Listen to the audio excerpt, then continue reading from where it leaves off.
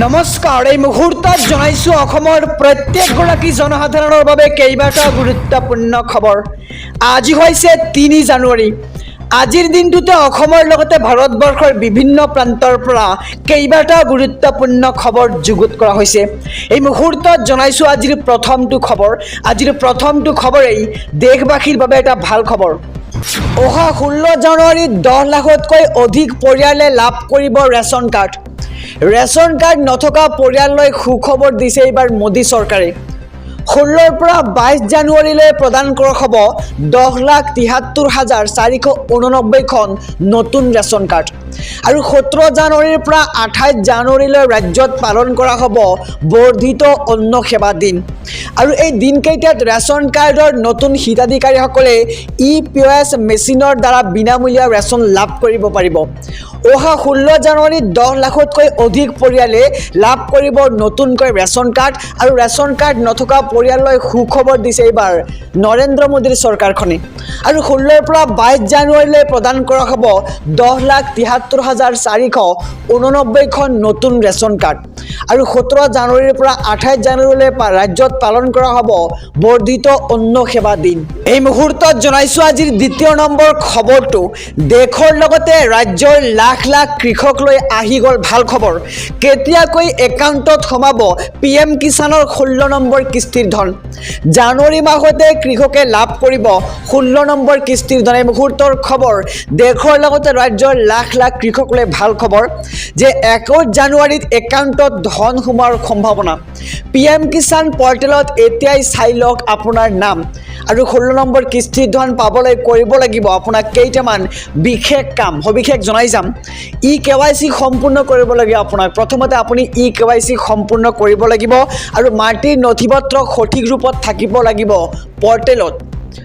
আৰু DBT অথবা IPPBৰ account কাৰ্যক্ষম হৈ থাকিব লাগিব। আৰু দেশৰ লগতে ৰাজ্যৰ লাখ লাখ কৃষকলৈ আহি গ'ল ভাল খবৰ। কেতিয়াকৈ একাউণ্টত সোমাব PM কিষাণ আঁচনিৰ 16 নম্বৰ কিস্তিৰ ধন। আৰু এই জানুৱাৰী মাহতেই কৃষকে লাভ কৰিব এই 16 নম্বৰ কিস্তিৰ ধন। আৰু 21 জানুৱাৰীত একাউণ্টত ধন সোমোৱাৰ সম্ভাৱনা আছে। এই মুহূৰ্তত জনাইছোঁ আজিৰ তৃতীয় নম্বৰ খবৰটো।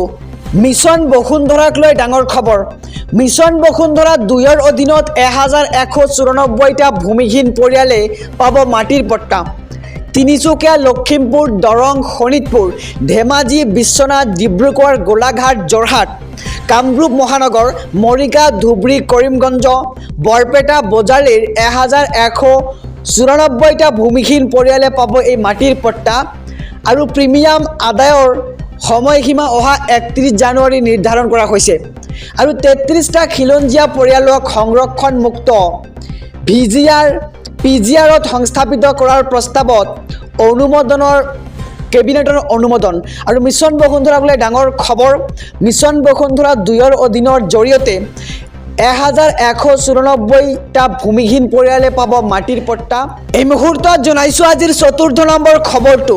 ৰাজ্যৰ হাজাৰ হাজাৰ যুৱতীৰ বাবে ভাল খবৰ। শীঘ্ৰেই ওলাব 1000টা চাকৰিৰ পদ।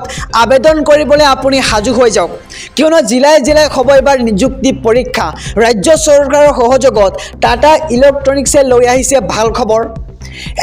1000 মহিলা যুৱতীক দিয়া হ'ব এই নিযুক্তি। বাছনিমুক্ত প্ৰাৰ্থীয়ে লাভ কৰিব খাদ্য, অহা যোৱা, থকা মেলাৰ সুবিধা। আৰু প্ৰতিমাহে লাভ কৰিব 12,000 টকাৰ ভাত্তা।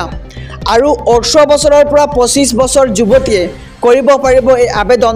আৰু কোন জিলাত কিমান তাৰিখে হ'ব নিযুক্তি সবিশেষ জনাই যাম। কামৰূপ গ্ৰাম্যত 3 জানুৱাৰীত হ'ব পৰীক্ষা। ট'ল ৰুম আৰু প্ৰশিক্ষণ চেণ্টাৰ আমিনগাঁৱত হ'ব পৰীক্ষা। মৰিগাঁও জিলাত 4 জানুৱাৰীত হ'ব নিযুক্তি পৰীক্ষা। আৰু নিযুক্তিৰ স্থান জাগিৰোড কলেজ।